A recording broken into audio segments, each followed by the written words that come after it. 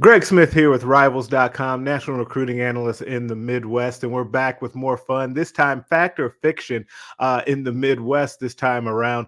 And one of the questions that I want to ponder here today is if it's fact or fiction, if Jonathan Smith, the new coach of Michigan State, will have the Spartans in the top 10 of the Big Ten recruiting rankings on a yearly basis.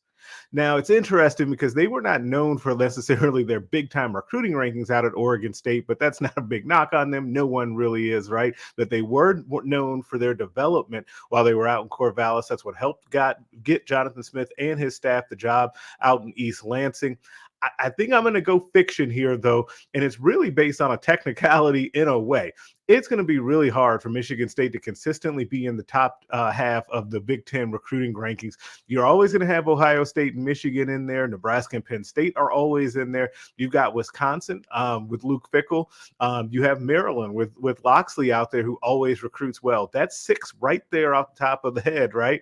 Then you add in the new teams from the now defunct Pac-12, namely Oregon and USC, and now you're looking already at 8 schools that Michigan State has to then topple. Now, you would say Maryland would be the one that they could go ahead and try to take down on a yearly basis, but that may not be quite as easy as maybe Spartans fans would think. And I was always kind of in that mix as well, even though they do a good job with development too.